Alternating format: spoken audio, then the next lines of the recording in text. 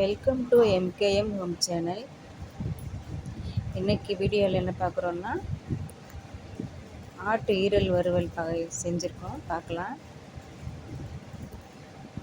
இது போல் ஆட்டு ஈரல் வறுவல் செஞ்சு கொடுத்தா குழந்தைங்களும் நல்லா சாப்பிடுவாங்க, பெரியவங்களும் சாப்பிட்லாம். உடம்புக்கு ரொம்பவுமே நல்லதுங்க. வாங்க இப்போ அது எப்படி செய்யலான்னு பார்க்கலாம்.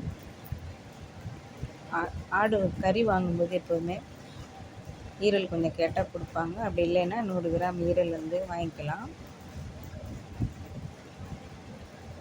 அது நல்லா நம்ம வாஷ் பண்ணிவிட்டு ஒரு 5 தடவை 6 தடவை நல்லா வாஷ் பண்ணி எடுத்து வச்சுக்கிறோங்க.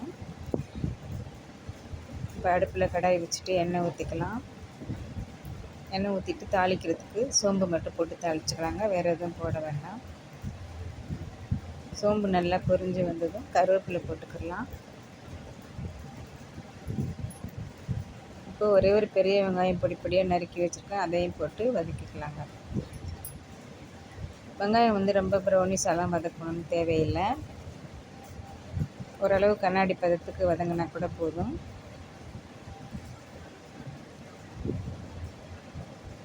ஆட்டு ஈரலை வாஷ் பண்ணிவிட்டு குக்கரில் போட்டு உப்பு மஞ்சத்தூள் போட்டு ஒரு 5 விசில் 6 விசில் விட்டு இறக்கி வச்சுக்கிடுங்க, தண்ணி கொஞ்சமாக வச்சுட்டு. இப்போ வெங்காயம் ஓரளவு வதங்கிடுச்சு. இந்த அளவுக்கு வதங்கினா போதும். இப்போ 2 பச்சை மிளகாய் 2 கீறிட்டு போட்டிருக்கேன். பச்சை மிளகாய் குட்டி குட்டியாக கட் பண்ணி போட்டுறாதீங்க, குழந்தைங்களுக்கு சாப்பிடும்போது காரமாக இருக்கும். இப்படி 2 கீறிட்டு போடுங்க, தனியாக எடுத்து போட்டுட்டு கூட சாப்பிட்ருவாங்க. இப்போ பச்சை மிளகாய் ஓரளவு வதங்கினதும் இஞ்சி பூண்டு பேஸ்ட்டு கொஞ்சமாக போட்டுக்கலாம், அதையும் வதக்கிக்கலாம். இஞ்சி பூண்டு பேஸ்ட்டு ஸ்கிப் பண்ணிடாதீங்க, கண்டிப்பாக சேர்க்கணும். ஒரே ஒரு தக்காளி கட் பண்ணி போட்டிருக்கேன், தக்காளி ரொம்ப போட வேண்டாம். இது நம்ம வறுவலை தான் செய்ய போகிறோம், புளிப்பாக இருக்கும். டேஸ்ட்டுக்காக ஒரே ஒரு தக்காளி போட்டுக்கிட்டால் போதும். தக்காளியும் நல்லா வதங்கிடுச்சு.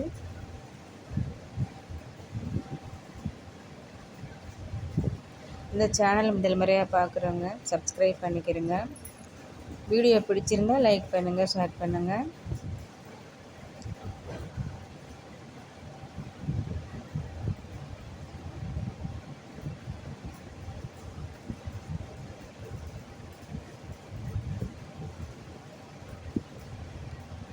நம்ம மாதத்தில் 2 தடவை 15 நாளைக்கு ஒரு தடவை இந்த மாதிரி ஆட்டு ஈரல் வாங்கி செய்து சாப்பிட்லாம்.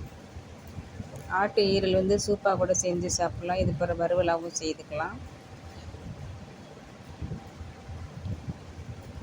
கடலைப்பருப்பு சேர்த்து ஈரல் கூட்டு செய்யலாம்.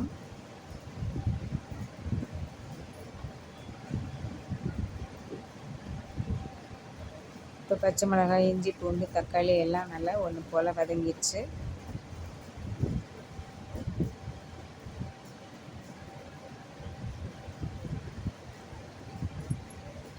இப்போ நம்ம வேக வச்சு எடுத்து வச்சுருக்க ஈரலை அப்படியே போட்டுக்கலாங்க.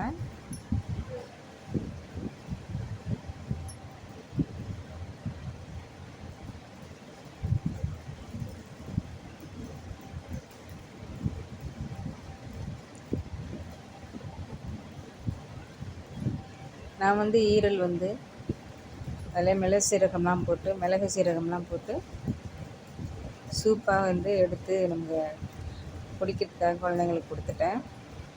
அதனால் வெறும் ஈரல் மட்டும் போட்டிருக்கேன். நீங்கள் ஈரல் வேக வச்ச தண்ணியோடு போட்டுக்கிடலாம்.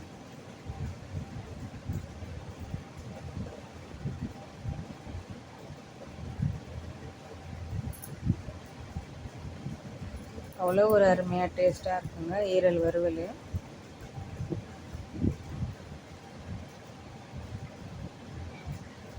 இப்போ மஞ்சத்தூள் கொஞ்சம் போட்டுக்கலாம்.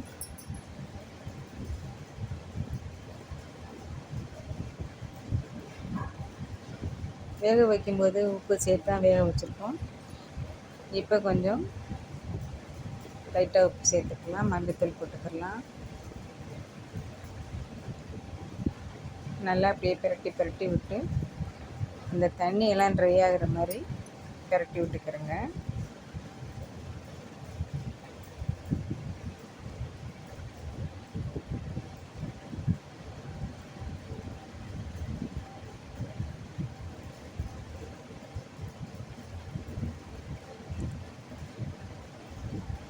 இப்போ நம்ம பச்சை மிளகாலாம் போட்டிருக்கிறதுனால கொஞ்சமாக மிளகாத்தூள் ஒரு அரை ஸ்பூனுக்காக மிளகாத்தூள் போட்டுக்கிடலாம். அந்த வந்து காரத்துக்காக.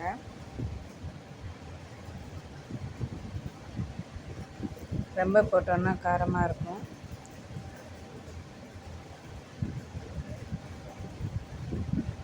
நம்ம மிளகாத்தூள் சேர்க்காமலும் வந்து வெறும் மிளகுத்தூள் மட்டும் போட்டு கூட ட்ரை பண்ணலாங்க, நல்லாயிருக்கும்.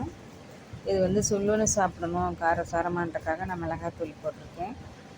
மிளகாத்தூள் வேணாட்டி ஸ்கிப் பண்ணிக்கிடலாம். நான் வந்து மிளகுத்தூள் சேர்த்துருக்கேன் பாருங்கள் லாஸ்ட்டாக இறக்கும்போது, அது மாதிரி மிளகுத்தூள் மட்டும் சேர்த்துக்கிடலாம். மிளகுத்தூள் வந்து கண்டிப்பாக சேர்க்கணும், அதை ஸ்கிப் பண்ணிடக்கூடாது. மிளகாத்தூள் வேணாட்டி ஸ்கிப் பண்ணிக்கிடலாம். அவ்வளோதாங்க, ஆட்டு ஈரல் வறுவல் ரெடி ஆயிடுச்சு. எண்ணெயெல்லாம் பிரிஞ்சு ட்ரை ஆயிடுச்சு.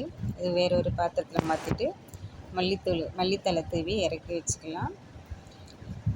அடுத்த வீடியோவில் ஆட்டு ஈரல் கடலைப்பருப்பு போட்டு கூட்டு எப்படி செய்கிறதுன்னு நான் வீடியோ போடுறேன்.